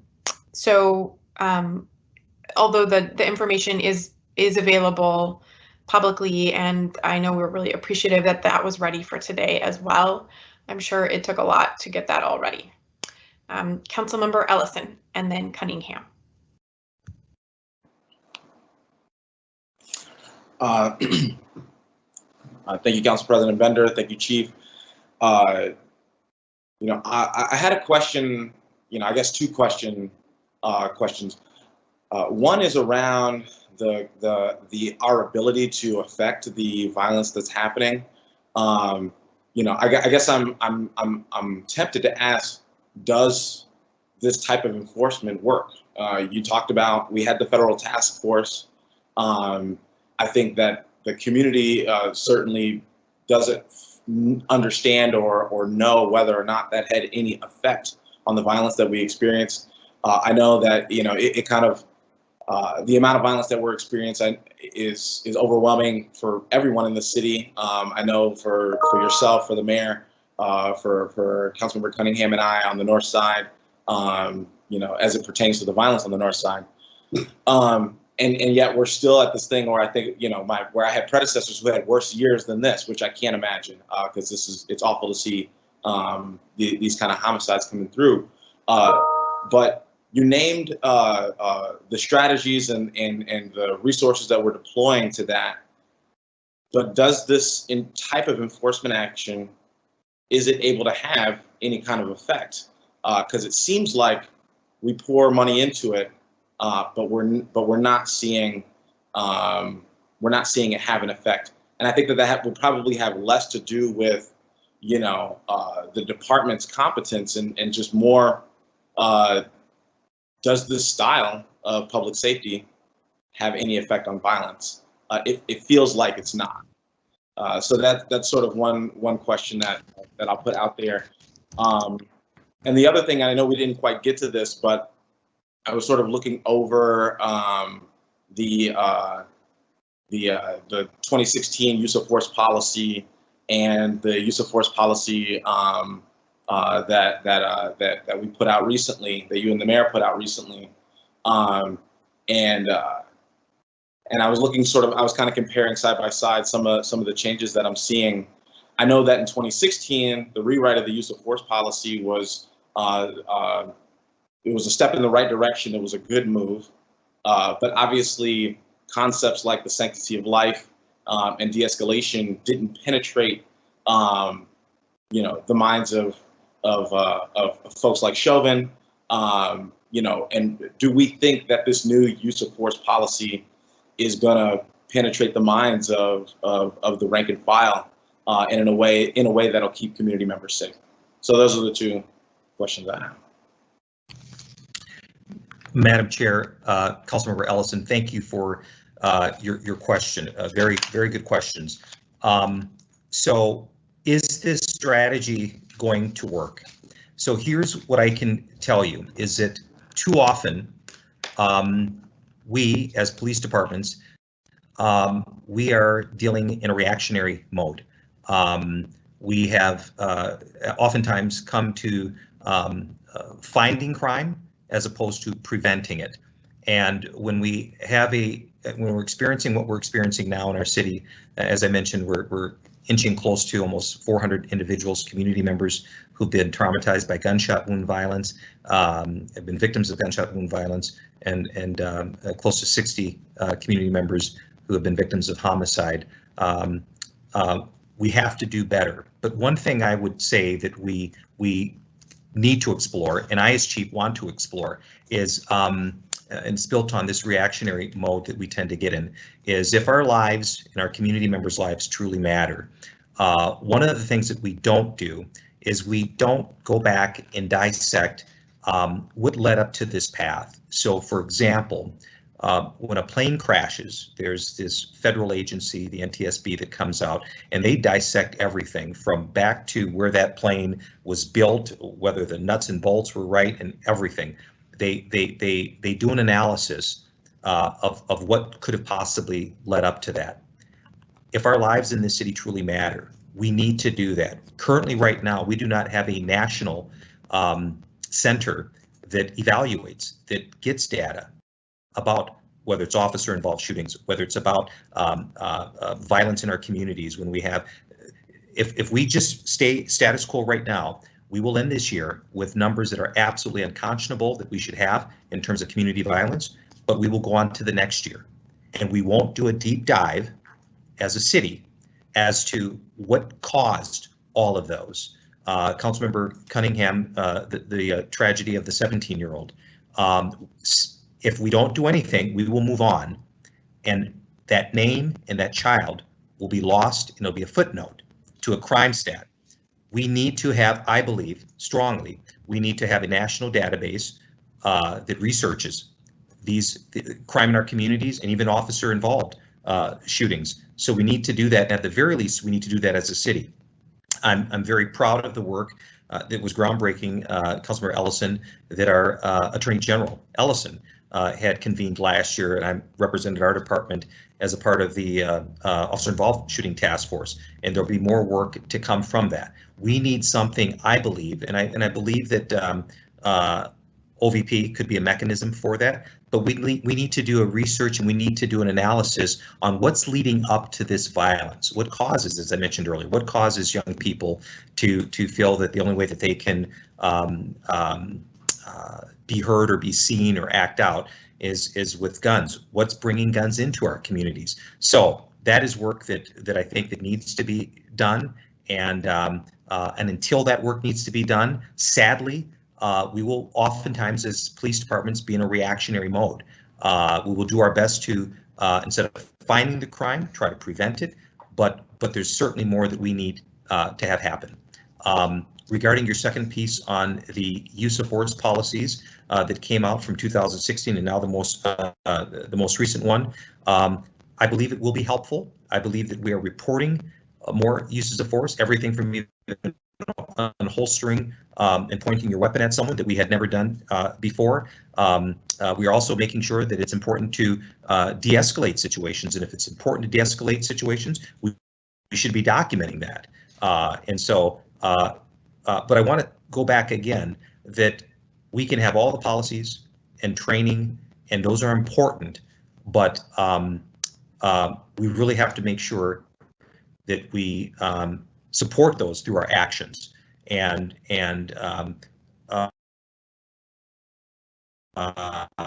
we'll continue to make sure we have the best, we'll continue to work on the best policies, but we have to make sure we have the right people, the best people doing this here, that they're supported and good behavior is supported, and that behavior that goes against our values and our beliefs, that again, that's dealt with through action. And so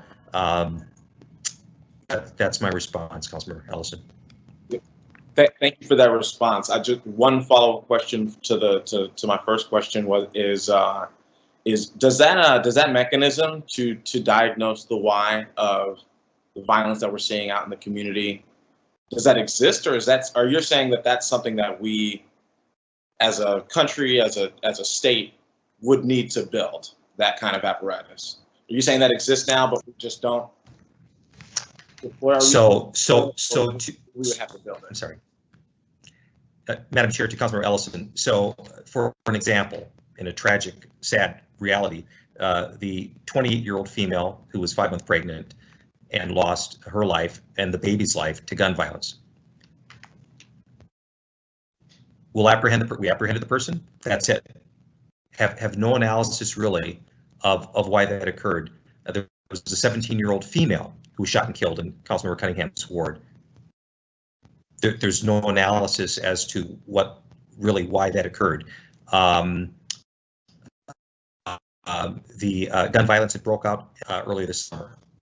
There's really, I mean, we are in a role to make sure that we're responding, that we bring people to custody, but we are going to embark upon almost 400 individuals in our community shot and wounded to gun violence. Are there conversations now about how are we dissecting, how are we analyzing how that occurred? Right now, no. And I'm certainly have not been a part of those conversations, if they are existing. I think that's incredibly astute, and I agree.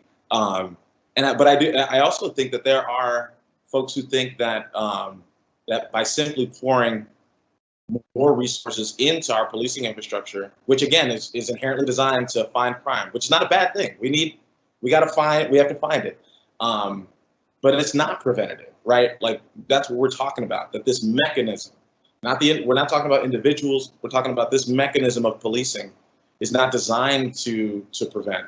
And yet I think that there are folks who think that just with enough police on the ground, I don't know exactly what that we would be preventing this violence. But I think you're absolutely right. If we go 400, with 400 people shot, if we end this year not really understanding why, which sounds like we will, to me that feels like an incredible loss. It feels like you agree with that, and so thank you for answering the question.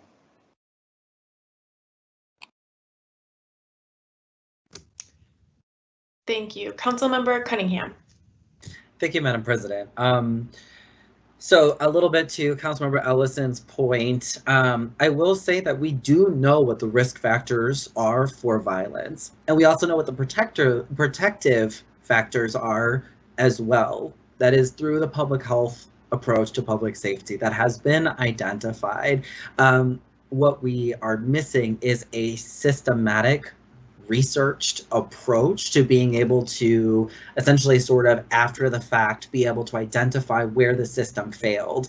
For us to be able to build that systematic approach, the health department, for example, has their epidemiology and research unit with the division within the health department. We would need to really have a very, we would need to build that out capacity wise.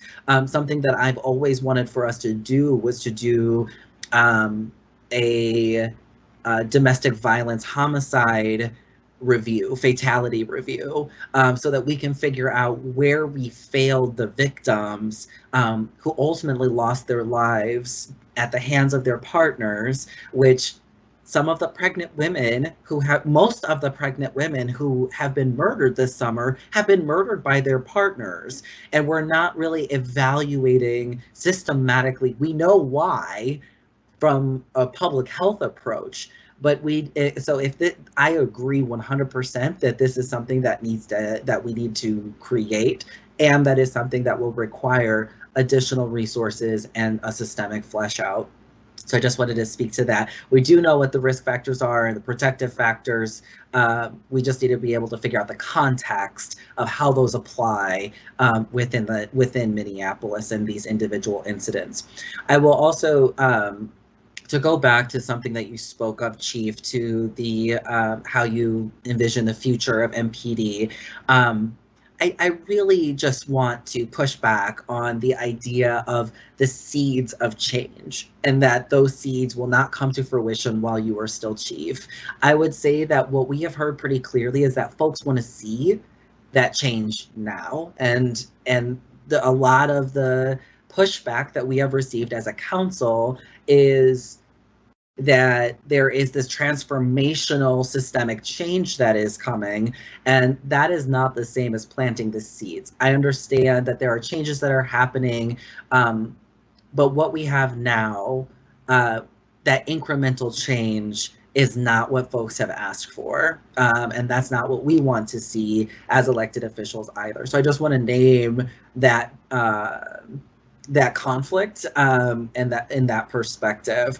And I think it also, though, speaks to the fact that generally speaking, just kind of taking a step back, looking at this whole presentation and conversation, generally speaking, I think that it's clear that the reality is that MPD obviously cannot deal with these problems alone. A lot of the questions that we have had as council members have been about crime, myself included. What is MPD doing about this? But that's because that's the only system we have. We have the Office of Violence Prevention, and they are doing amazing work on this scale. And right now, what we do is that we fall back to what we're socially conditioned to believe, which is that the police are going to swoop in to save us. Absolutely, law enforcement plays a role, but leaning into what we know or what we've done and how we've gotten here is not going to produce different outcomes. So I don't want us to lose sight of the big picture here, that our system as is not keeping our city safe. This presentation has just been even more confirmation from me with my commitment for transforming community safety, because we need that comprehensive approach that includes prevention, intervention, and re-entry strategies. We need that, and the whole cycle of that is prevention, intervention, enforcement, and reentry. So enforcement plays a role. What I am sort of flabbergasted by right now is colleagues who a very short time ago who were calling for abolition are now suggesting we should be putting more funding and resources into MPD.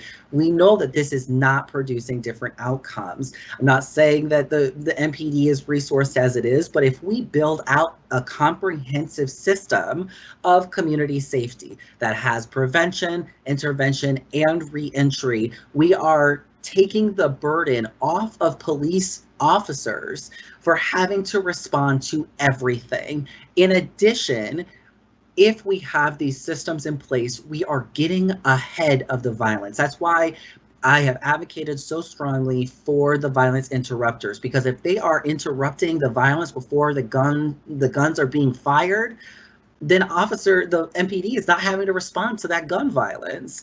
So we need to restructure and right size so that MPD is able to focus on enforcing the law and responding, rather than continuing to say, we need for you all to figure out how to get ahead of it, when we have community experts, community-based experts who should be leading that work. And I've heard you say that time and time again, Chief, like, we can't arrest our way out of this.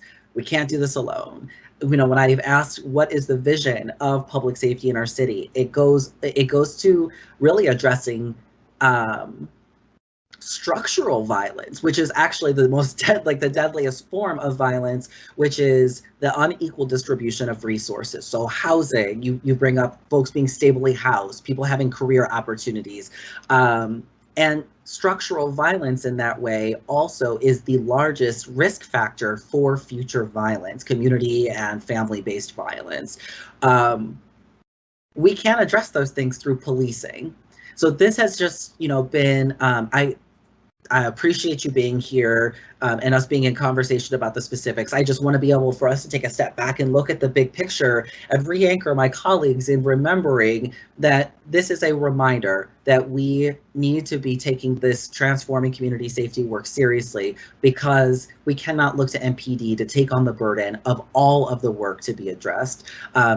No question there, just wanted to re-anchor us. Thank you, Madam President, and thank you, Chief. Thank you all.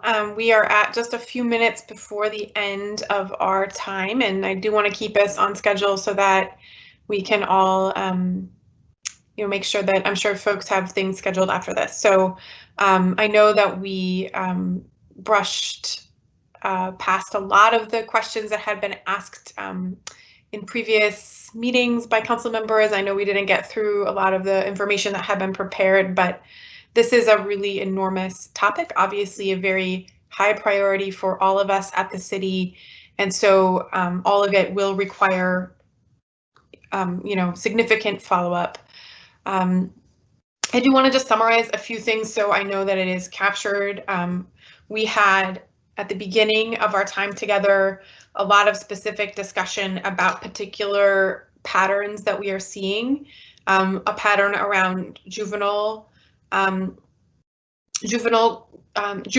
committing crime, very young people committing crime, and both a question about how we can interrupt those cycles for the victims of those crimes, as well as how we can understand how the system is currently working to support our young people, and how we can improve.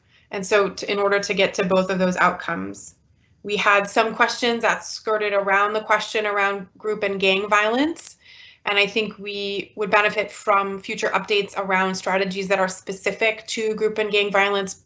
To Councilmember Cunningham's point, I think most effectively would be covered to understand how we're working with our community partners in violence prevention, as well as MPD work and how that's being staffed and invested in. We had a very, very brief discussion about the staffing questions that have been coming up with some clarification, both from the Chief and Councilmember Palmisano. That is an obvious need for future follow-up. And then I think here at the end, we were hearing a bit more about our city's approach to keeping everyone safe. And through our new council structure that just started this cycle, I think we will be in a better position to hear from all of the staff who are working on community safety in the new Public Health and Safety Committee. So future presentations and follow-ups about a lot of this work will be going to that committee and will allow for some of that cross-departmental work to be presented. I do think we are challenged in this work because these things are in the silos within the different individual departments. And so the collaboration that's happening is happening across departments. So we will, I think, in the future, I need to be really mindful about how we tee up these presentations so that we can capture that work that may be happening across the departments, so that MPD isn't trying to answer questions that really are more about the violence prevention work that's happening. So that is my attempt to summarize the meeting. Thank you, Chief, for your work to prepare for today, and I know all the staff that helped. Thank you to the IT team that presented the work about data. I will follow up with the clerk and the chairs of the committees to evaluate where that can best be presented in the near future. And thanks to all the council members who engaged and asked questions, and I know others, I'm sure, had many questions that didn't get a chance to be answered today. So thanks for everyone for participating, and I know, again, this will be a topic of discussion in the near future as we all work to make sure that our system is working better, to make sure that every single person in our community is safe, that the trust that has been so deeply eroded in our community is rebuilt, and that we are all working together as a team to achieve those outcomes. So thanks everyone again. With that, I will direct the clerk to receive and file the presentation that came forward today, and without objection, we are adjourned.